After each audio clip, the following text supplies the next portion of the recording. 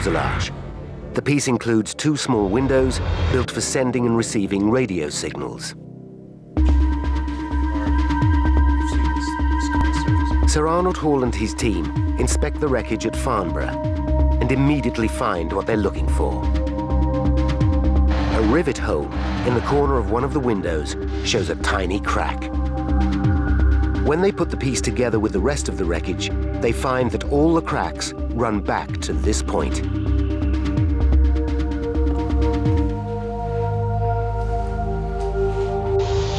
They have their missing clue. The future of the Comet, the world's first passenger jet airliner, hangs upon the outcome of a court of inquiry being held at Church House. On Tuesday, October 19th, after 6 months of grueling work, Sir Arnold Hall presents his findings to a court of inquiry. But one detail fascinates Withy.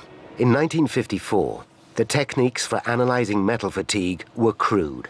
The final piece of wreckage was examined with an ordinary microscope, and the team relied on experience to make their conclusion.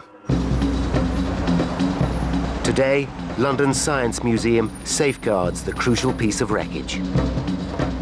Paul Withy goes to see the historic item for himself. No one has ever used modern methods to re-examine the evidence. Using 21st century know-how, Withy wants to look again at the wreckage and check that Sir Arnold got it right.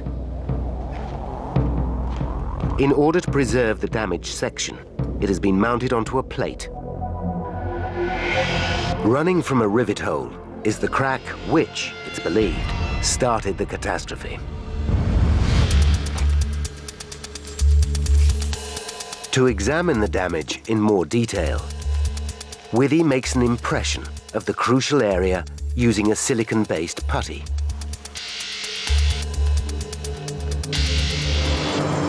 Then, at Imperial College London, Withy uses an electron microscope to examine the sample. Magnifying the crack about 200 times, Withy shows what Sir Arnold would have seen.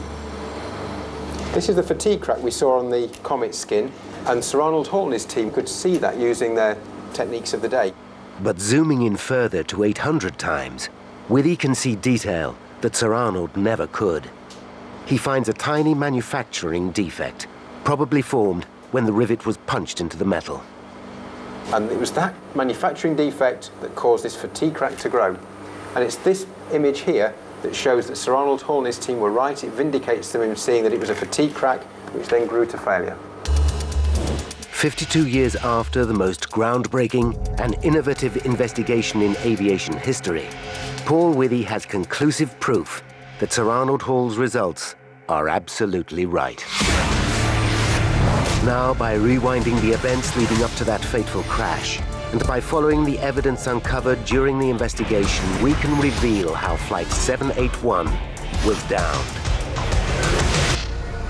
10:31 a.m., January 10th, 1954. 26 minutes to disaster. Flight 781 takes off from Rome Airport. The plane is designed with an exceptionally thin aluminium skin. Rivets punched into the aircraft during construction create microscopic manufacturing defects. On each flight, the pressurization system puts enormous strain on the fuselage, causing stress to the skin, especially around the windows and doors. Repeated pressurizations turn the manufacturing defects into fatigue cracks that get bigger with every flight. 19 minutes to disaster.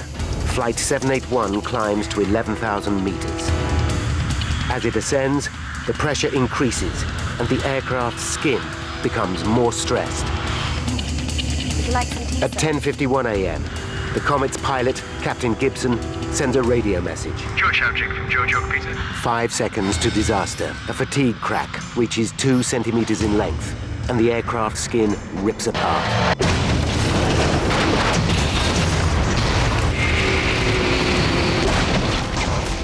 At 10:57 a.m., the shattered pieces of Flight 781 fall from the sky.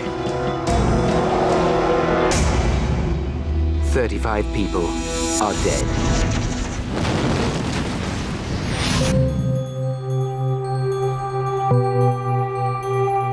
On the island of Elba lies a memorial to those who lost their lives over 50 years ago.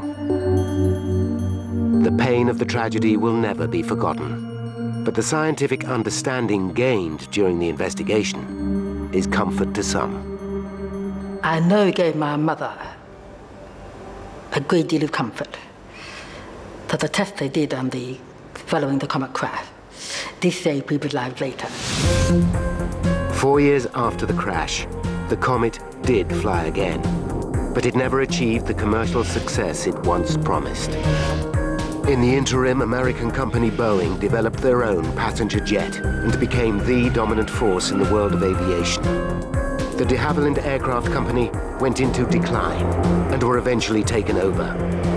Passenger air travel had changed forever. Take a look inside the real